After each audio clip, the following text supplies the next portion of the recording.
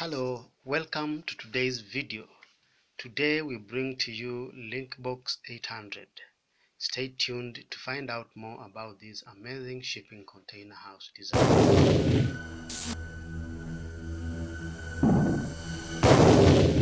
Nice, welcome back. LINKBOX 800 is a shipping container house designed using 5 20-foot shipping containers to create an 800 square feet house.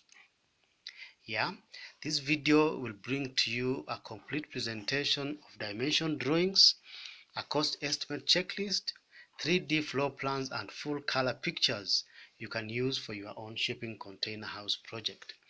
Watch to the end of the video for you to be able to access the floor plans and also the cost estimate checklist to guide you on your own shipping container house build. We post weekly videos on shipping container house design, which are all custom designs. So if you have not subscribed to our channel yet, you feel free to subscribe so that you can be receiving a notification anytime we post a new video on shipping container house designs. So stay tuned as we explore this particular house design. So to start us off, we look at the design concept. On the design concept, as I indicated, we've used 5 20-foot shipping containers, which are preferably one-trip shipping containers. The containers are lifted off the ground approximately 450 millimeters to allow the containers to stay away from moisture and also to permit plumbing with ease. The containers are positioned in parallel to each other with a 1 meter gap spacing in between.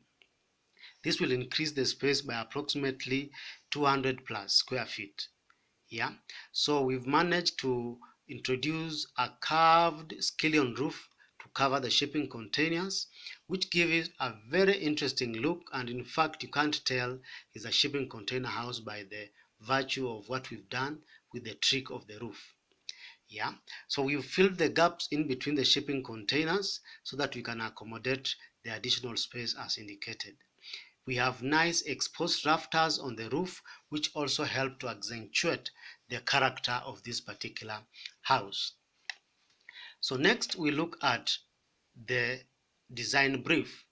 So the salient features we managed to accommodate in this particular house include the following.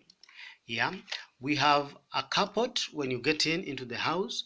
From there you are able to access two directions. Either you go to the back of the house, you access the house through the kitchen, or you go to the frontage part of the house and you access the house from the outdoor sitting deck that is elevated 450 millimeters off the ground. Once you get into the house, you'll meet a lounge space. We have a dining space, we have a kitchen space, and we have a laundry space. In addition, we have a cloak room, which also is next to what we'll call a study office or a study room. We have an excluded family room, which is also accessed directly from the kitchen side. So if you are doing a barbecue or a family dinner, then you are easy to do it from that particular direction. We have an additional bedroom which can be used for the guests. We also have a children's bedroom. We have a shared common bathroom, and then we have a master bedroom which is ensuite with also its wardrobe. We have an outdoor dining space which is accessed from the back side of the kitchen, and we also have a nice big outdoor sitting space on the frontage of the house. Next, we look at the foundation design. We've used a reinforced concrete pier foundation in this particular house. So we have used approximately 27 piers with 3 meters spacing in between. We've lifted the shipping containers 450 millimeters off the ground as indicated to keep them away from moisture and also to allow plumbing with ease. We've managed to screen off the underside of the deck using timber screens, and we've added a bit of planting all around to soften the timber screen under the deck. We've also managed to provide wooden access steps on the front edge to access the elevated position of the shipping container house. Under the interior design, we always suggest you adopt a minimalist interiors, yeah, so you don't clutter the building with unnecessary furniture. But with this particular house, we've managed to increase the space, so we have quite a bit of spacious rooms, and therefore you can adopt multifunction of transformative furniture to furnish your house. Yeah, for like example, you can use Murphy beds for your bedrooms so that you can use the spaces for children playroom during the day, and also you convert them into a bed space at night. You can adopt light colored finishes for the interiors so that you make the space look a bit brighter and also bigger to conceal the claustrophobic feel of shipping containers. Yeah, you can try out flat pack cabinets for the kitchen and also for the wardrobes because of the cost implications. There are similar materials in terms of finishes for the kitchen and also for the bathrooms. You can try out that so that you can at least enhance harmony in the wet areas of the house. Try out sustainable materials like bamboo for your floor or for your wall cladding if you are a sustainable conscious person. Adopt adequate daylighting like what we've done in this particular house. That facade that is facing the frontage of the house is adorned with the full height sliding glass doors to allow maximum daylighting in all those habitable spaces as indicated right there. Next, we look at the outdoors and exteriors. We've managed to provide a lot of outdoor space in this particular design. And as I always say, the reason behind this is to increase the living space by taking indoor spaces outside so that at least you allow maximum utilization of the spaces on the outside during the day and you retreat into the house at night to sleep or to have a rest. Yeah, you can try retaining the exterior colors for the shipping containers as they came with from the high seas so that you can preserve its charm and also its history. For the 1 meter gap we've introduced in between the shipping containers, we have filled them using timber, and also you can try out weatherboard material if you find it appropriate. Yeah, so we also have provided protective railing for the deck because of the elevated position to prevent people from falling over, and therefore we've retained all the container doors for the shipping containers so that we are able to provide access to the outdoor spaces and also to allow for maximum daylighting inside those particular spaces. In addition to the outdoor spaces, we've managed to also introduce a water feature on the outside deck because this one introduces a bit of charm to that particular space, and also it helps, especially in the tropics, on the evapotranspiration, also to at least just do temperature regulation. Next, we look at insulation and temperature control. Under insulation and temperature control, you need to adopt an appropriate insulation material dependent on your climate. If you are in the tropics, keep away heat from your shipping container house. And if you live in the temperate regions where you need to battle a lot of cold climate, then you need to ensure you keep away cold and moisture from your shipping container house.